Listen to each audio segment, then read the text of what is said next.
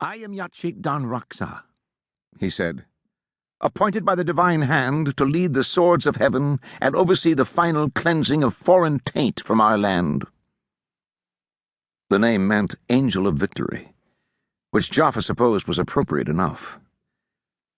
The divine hand himself had started the fashion for taking the names of angels when he'd called himself Vale Dan Raksa, the Angel of Vengeance.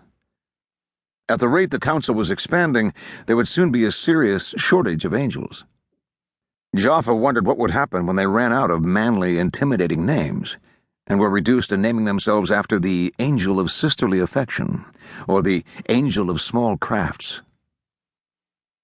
Katoba bristled. "That cleansing should have begun weeks ago. The cursed Vordenai were like a fruit in our hands, ripe for the plucking, but they were permitted to escape. Now the task of evicting them will cost many of the faithful their lives." "The truly faithful are always prepared to lay down their lives for the redemption," the priest said. "But I think you overestimate the difficulty, General." "Overestimate?" Katoba frowned. "Perhaps you'd like to try scaling the walls of Sarhatep without the help of my guns, then." Yachik smiled beatifically. "Walls are no obstacles to the will of heaven." "So, the servants of heaven have discovered how to fly?" "Sirs," Jaffa said, "before we begin, I should remind you that our council is not yet complete." "Oh, of course," the general drawled. "Let us wait to see what a bunch of boy-fucking horse thieves have to say."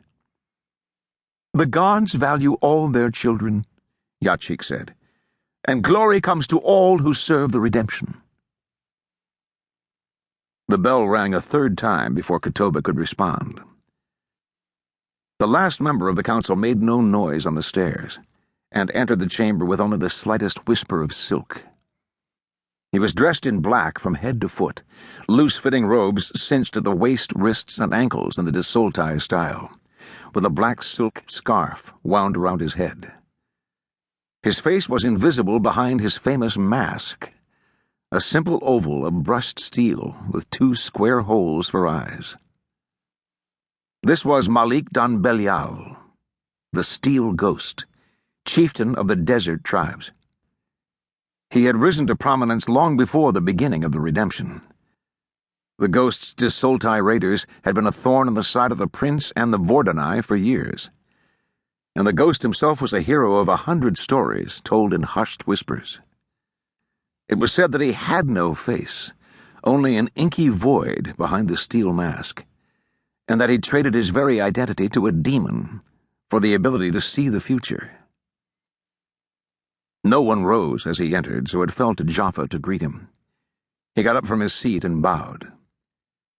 "Malik," Jaffa said. The Ghost had never claimed another name or title. "Welcome. Please take your seat." "Yes, welcome," said Yachik. "We were discussing plans for the final destruction of the Vordenai. Perhaps you might care to add your opinion." "It's too late," said the Ghost. His voice rasped like silk over steel, harsh with the heavy accent of the desert. "The Rashem fleet has arrived, with transports and ships of war." "I've heard nothing of this," Katoba said. "Where did you get this information?" The Ghost fixed the general with his blank, faceless gaze. "The ships came into sight yesterday evening." Katoba sat tight-lipped. The Steel Ghost had always displayed a remarkable ability to know more than he should. It was just possible that a man on a fast horse with a string of remounts could have covered the 100 miles between Sarhatep and the city along the coast road. But Katoba's own men had undoubtedly been watching that road, and presumably they'd seen nothing. That meant either that some Desoltai messenger had accomplished the same feat cross-country, over the scrubland and desert of the Lesser Desol, or that the Steel Ghost really did have some magic at his command. "We'll need to confirm that," the general said. "If what you say is true, my couriers should bring the news by tomorrow." "Even still," to keep listening to this audiobook. I've left you a link in the description so you can do it, at no cost thanks to Audible's 30-day free trial.